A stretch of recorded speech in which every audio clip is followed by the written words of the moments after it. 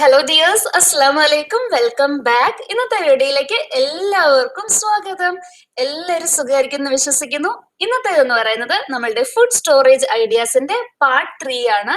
ഇതിനു മുന്നേ part 1 and 2 post ചെയ്തിട്ടുണ്ടായിരുന്നു. അപ്പം അത് കണ്ടിട്ടില്ല എന്നുണ്ടെങ്കിൽ അതിന്റെ ലിങ്ക് ഞാൻ ഡിസ്ക്രിപ്ഷനിൽ കൊടുക്കാം.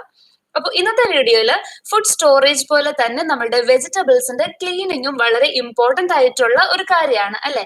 അത് പ്രോപ്പർ ആയിട്ട് ക്ലീൻ ചെയ്യേണ്ട ആവശ്യമുണ്ട്. അപ്പം അതും കൂടി എങ്ങനെയാ ചെയ്യുന്നത് ക്യുക്കായിട്ട് നോക്കിയിട്ട് വരാം.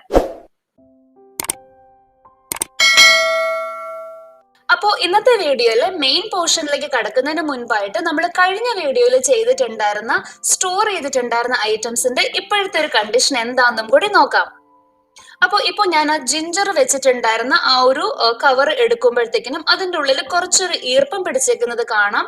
ആ ഒരു സമയത്ത് ജസ്റ്റ് ഒരു ടിഷ്യൂ വെച്ചിട്ടോ അല്ലെങ്കിൽ നമുക്കൊരു കോട്ടൺ ക്ലോത്ത് ആണെങ്കിലും യൂസ് ചെയ്യാം കേട്ടോ. ആ കോട്ടൺ ക്ലോത്ത് വെച്ചിട്ട് നമുക്കൊന്ന് വൈപ്പ് ചെയ്ത് കൊടുക്കാം. അതിനുശേഷം ഈ ജിഞ്ചർ അതിനകത്തേക്ക് ഇടാം. എന്നിട്ട് അതിന്റെ കൂടെ തന്നെ, കാരണം ഞാനത് ഫസ്റ്റ് വെച്ചപ്പോഴത്തേക്കിനും അങ്ങനെ ഒരു ടിഷ്യൂ ഒന്നും വെച്ച് കൊടുത്തില്ല. അപ്പം ടിഷ്യൂ അല്ലെങ്കിൽ ക്ലോത്ത് അങ്ങ് ഇട്ട് കൊടുത്തു കഴിഞ്ഞാൽ ഈർപ്പം പിടിക്കുവാണെങ്കിൽ അതിനകത്തേക്ക് അബ്സോർബ് ആയിക്കോളും. ഇനി നമുക്ക് കറി ലീവ്സിന്റെ സ്റ്റേജ് എന്താ നോക്കാം. ഈ കറി ലീവ്സ് ഞാൻ ദീർഘകാലം വെക്കാം എന്ന് തന്നെ പറഞ്ഞിട്ടുണ്ടായിരുന്ന സെറ്റാണ്. ഇത് നമ്മൾ ഫ്രീസറിൽ വെച്ചിട്ടുണ്ടായിരുന്നതാണ് കേട്ടോ, താഴെ വെച്ചിട്ടുള്ളതല്ല.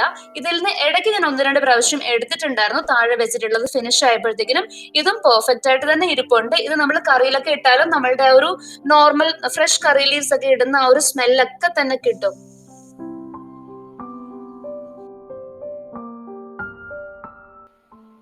ഇനി നമുക്ക് ടൊമാറ്റോസിന്റെ കണ്ടീഷൻ എന്താന്ന് നോക്കാം. ഇത് ഞാൻ വെച്ചിട്ടുണ്ടായിരുന്നത് നമ്മൾ കഴിഞ്ഞ വീഡിയോയിൽ കാണിച്ചിട്ടുള്ളത് പോലെ തന്നെയാണ് വെച്ചിട്ടുള്ളത്. നോക്കുമ്പോഴത്തേനും 2 മാത്രമേ ഇനി മിച്ചമുള്ളൂ. അപ്പം അത് ചീത്തയായിട്ടൊന്നുമില്ല. ഇനി നമ്മൾ എടുക്കുന്ന സമയത്ത് എങ്ങാനും അതിൽ ഈർപ്പം പിടിച്ചതുപോലെ കാണുവാണെങ്കിൽ ഒന്ന് വൈപ്പ് ചെയ്ത് കൊടുക്കാം. ഇപ്പൊ നമുക്ക് ചില സമയത്ത് നമുക്ക് ഒട്ടും ടൈം ഉണ്ടാവത്തില്ല, അല്ലെങ്കിൽ വൈകുന്നേരമൊക്കെ കുറച്ച് സമയം ഉള്ളപ്പോഴാണ് ഇത് കാണുന്നതെങ്കിൽ അതിന്റെ ആ ഒരു ഈർപ്പം പിടിച്ചേക്കുന്നൊക്കെ ഒന്ന് വൈപ്പ് ചെയ്ത് കൊടുക്കാം. പിന്നെ അതേപോലെ തന്നെ ഇവിടെ ആ ഒരു ബോക്സിന്റെ ഒരു മൂടി ഉണ്ടല്ലോ, അതിലും കുറച്ച് വെള്ളത്തുള്ളികൾ ഉണ്ടായിരുന്നു. അപ്പൊ അതും കൂടി ഞാൻ വൈപ്പ് ചെയ്ത് കൊടുക്കുന്നുണ്ട്. ഇനി ശ്രദ്ധിക്കാനുള്ള ഒരു കാര്യം എന്ന് പറഞ്ഞാല് നമ്മൾ ഈ പൊട്ടറ്റോയും ഒനിയനും കൂടി ഒരുമിച്ച് ബാസ്ക്കറ്റിൽ വെക്കരുത്. നമ്മൾ പൊതുവെ ഇത് ഒരുമിച്ച് വെച്ച് കഴിഞ്ഞാൽ അതിനകത്ത് ഈ പൊട്ടറ്റോയിൽ നിന്ന് ചെറിയ ചെറിയ മുള വരും. അത് വളരെ പെട്ടെന്ന് തന്നെ വരും. അത് വരാനുള്ള കാര്യം എന്താന്ന് വെച്ചാൽ ഈ സവാള എന്ന് പറയുന്ന സാധനം ഉണ്ടല്ലോ, ഒനിയൻ, അതിൽ നിന്ന് ഒരു എത്തിലിൻ എന്ന് പറയുന്ന ഒരു ഗ്യാസ് പ്രൊഡ്യൂസ് ചെയ്യുന്നുണ്ട്. ആ ഗ്യാസ് വരുമ്പോഴത്തേക്കിനും വളരെ പെട്ടെന്ന് തന്നെ ഈ പൊട്ടറ്റോയിൽ ഇങ്ങനെ ബഡ്സ് വരും. അതിപ്പോ നമുക്ക് ഫ്രിഡ്ജിൽ വെക്കുന്നതാണ് ആ ബഡ്സ് വരാതെ സൂക്ഷിക്കാനായിട്ട് നല്ലത്. പക്ഷെ ഫ്രിഡ്ജിൽ വെച്ചാലും അതിൽ ശരിക്കും പറഞ്ഞാൽ ചീത്തയാവത്തൊന്നുമില്ല, പക്ഷെ കുറച്ച് സ്വീറ്റ്നെസ് കൂടും എന്നാണ് പറയപ്പെടുന്നത് കേട്ടോ. പക്ഷെ നമ്മൾ വെളിയിൽ വെച്ച് അല്ലാതെ സെപ്പറേറ്റ് ആയിട്ട് വെളിയിൽ വെച്ചാൽ ഒരുപാട് നാൾ ഇരിക്കാത്തത് കാരണം ഞാനത് ഫ്രിഡ്ജിലാണ് വെക്കുന്നത്. നെക്സ്റ്റ് ശ്രദ്ധിക്കാനുള്ളത്, നമ്മൾ വെജിറ്റബിൾസ് കഴുകുമ്പോഴത്തേക്കിനും എപ്പോഴും പ്രിഫറബിൾ ആയിട്ടുള്ളത് നമ്മൾ വെള്ളത്തിൽ കുറച്ച് വിനെഗർ ഒഴിച്ചിട്ട് അതിൽ നല്ലതുപോലെ കഴുകുവാണെങ്കിൽ അതിലുള്ള ഡോട്ടും അതേപോലെ തന്നെ പെസ്റ്റിസൈഡ്സും ഒക്കെ നമുക്ക് റിമൂവ് ചെയ്യാനായിട്ട് പറ്റും. നമുക്കറിയാം ഈ വെജിറ്റബിൾസിനൊക്കെ തന്നെ പെസ്റ്റിസൈഡ്സ് അടിക്കുന്നുണ്ടാവും. അപ്പം അത് റിമൂവ് ചെയ്യാൻ വേണ്ടിയാണ് അങ്ങനെ ചെയ്യുന്നത്. അപ്പൊ ആദ്യത്തെ വെള്ളത്തിൽ ഞാൻ കുറച്ചു നേരം ഒരു 10-15 മിനിറ്റ് ആ വിനെഗർ ഇട്ട വെള്ളത്തിൽ മുക്കി വെച്ചു. അത് എടുത്തു കഴിഞ്ഞിട്ടും അഴുക്കുണ്ടായിരുന്നു.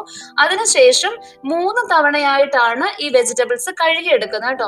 എപ്പോഴും ഒരു വെജിറ്റബിൾസ് കഴുകുമ്പോൾ ഒരു 3 ടൈം റൂൾ വെച്ച് കഴിഞ്ഞാൽ നമ്മളും മറന്നു പോകത്തില്ല. അല്ലെങ്കിൽ ഒരു 3 ടൈംസ് ഒക്കെ ആവുമ്പോൾ ഒരുവിധം അതിലുള്ള അഴുക്കും പൊടിയും ഒക്കെ പോയിട്ടുണ്ടാവും. അപ്പം അങ്ങനെ ഞാൻ ഫസ്റ്റ് എടുത്തിട്ടുണ്ടായിരുന്ന നമ്മൾ അച്ചിങ്ങാപ്പയറായിരുന്നു, അത് ഇതേപോലെ കഴുകിയെടുത്തു. പിന്നെ ആദ്യം വിനെഗർ ഒഴിച്ചു വെച്ച ആ വെള്ളം ഉണ്ടല്ലോ, ആ വെള്ളം കളഞ്ഞിട്ടുണ്ടായിരുന്നില്ല. അതിനകത്ത് തന്നെയാണ് ഈ കോവയ്ക്കും കുറച്ചു നേരം ഒരു 10-15 മിനിറ്റ്സ് ഒക്കെ മുക്കിയിട്ടത്. അതിനുശേഷം എടുത്തിട്ട് ഇതിനെ നമ്മൾ 2-3 തവണയായിട്ട് കഴുകുന്നുണ്ട്. കാരണം ഈ 2 കാര്യവും ഞാൻ ഒരേ സമയത്ത് തന്നെ എടുക്കുന്നത് കാരണമാണ് സെയിം വിനെഗർ വാട്ടർ തന്നെ യൂസ് ചെയ്തത്. ഈ രീതിയിൽ തന്നെ നമുക്ക് ബീൻസ് അതേപോലെ തന്നെ വെണ്ടയ്ക്ക ഒക്കെ വൃത്തിയാക്കി എടുക്കാനായിട്ട് പറ്റും.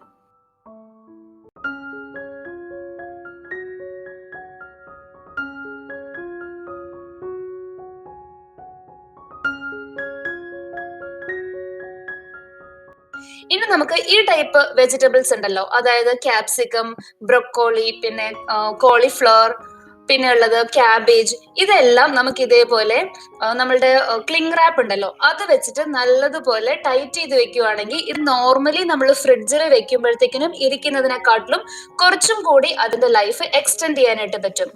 ഇത് നമ്മൾ ഡയറക്റ്റ് ഇങ്ങനെ ഓപ്പൺ ആയിട്ട് തന്നെ വെക്കുമ്പോഴത്തേക്കിനും കുറച്ച് അതിന്റെ മുകളിൽ ഇങ്ങനെ ഉണങ്ങിയും പിന്നെ ബ്രൊക്കോളി ഒക്കെ ആണെങ്കിൽ ഒരു കറുത്ത കറുത്ത സംഭവങ്ങളൊക്കെ അതിന്റെ മുകളിൽ വരാനുള്ള ചാൻസ് ഉണ്ട്.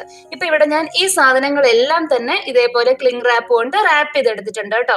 നമ്മൾ ഇങ്ങനെ ചെയ്യാതെ ഓപ്പൺ ആയിട്ട് തന്നെ വെജിറ്റബിൾ ട്രേയിൽ ഇട്ട് കൊടുത്താൽ ഇത് വളരെ പെട്ടെന്ന് തന്നെ ഡ്രൈ ആയി പോവുകയും അതേപോലെ അതിന്റെ ഒരു മോയിസ്ചർ നഷ്ടപ്പെടുകയും ചെയ്യും. അതേപോലെ തന്നെ നമ്മൾ ഉപയോഗിക്കുന്നതിന് മുമ്പായിട്ട്, കുക്ക് ചെയ്യാനായിട്ട് എടുക്കുന്നതിന് മുൻപായിട്ട് നല്ലതുപോലെ വാഷ് ചെയ്യാം.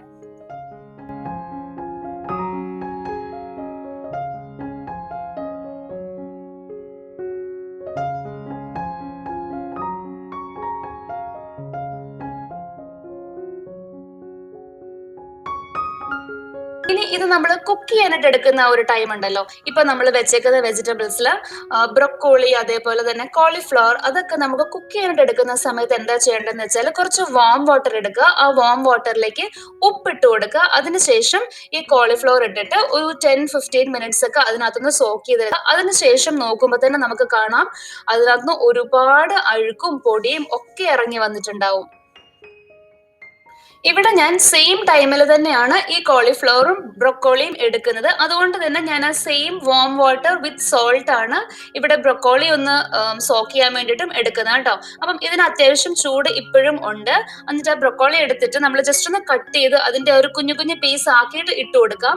അങ്ങനെ ആകുമ്പോഴത്തേക്കിനും അതിന്റെ ഇടയിലുള്ള ബ്ലാക്ക് കളറിലൊക്കെയുള്ള കുറേ സാധനങ്ങൾ ഇറങ്ങി വരുന്നത് കാണാം. നമ്മൾ അല്ലാതെ റണ്ണിങ് വാട്ടറിൽ വാഷ് ചെയ്താൽ ഇത് ഇത്രയും പോവത്തില്ല.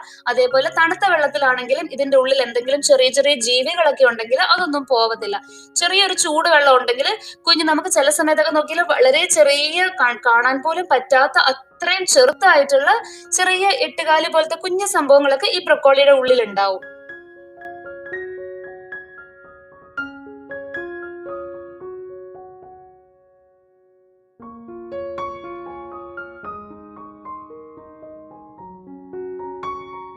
ഇതിപ്പോ എടുത്തിട്ടുണ്ട്. ഇനി നമുക്ക് എന്താ കുക്ക് ചെയ്യുന്നത് അതിന്റെ ഉള്ളിലേക്ക് ഉപയോഗിക്കാനും പറ്റും.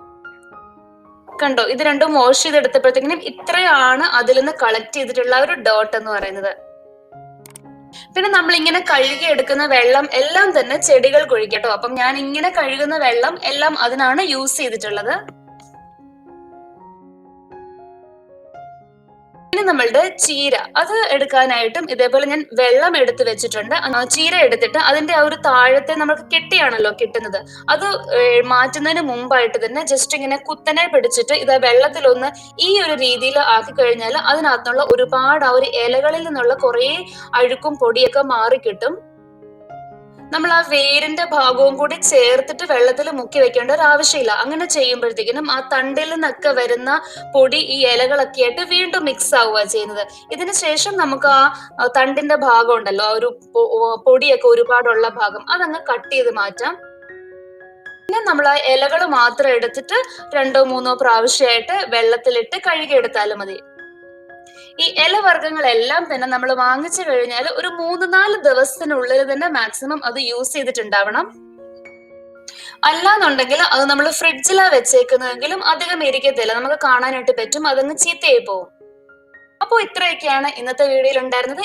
ഈ ഒരു വെജിറ്റബിൾസിന്റെ ഒക്കെ ക്ലീനിങ് അതേപോലെ തന്നെ സ്റ്റോറേജ് ഐഡിയാസിന്റെ പാർട്ട് 3 ഇഷ്ടമായെന്ന് വിശ്വസിക്കുന്നു. ഇഷ്ടമായിട്ടുണ്ടെങ്കിൽ നിങ്ങളുടെ അഭിപ്രായങ്ങൾ അറിയിക്കുക. അതേപോലെ തന്നെ ഇത് ഹെൽപ്ഫുൾ ആണെന്ന് തോന്നുന്നവർക്ക് കിടന്ന് ഷെയർ ചെയ്യുക.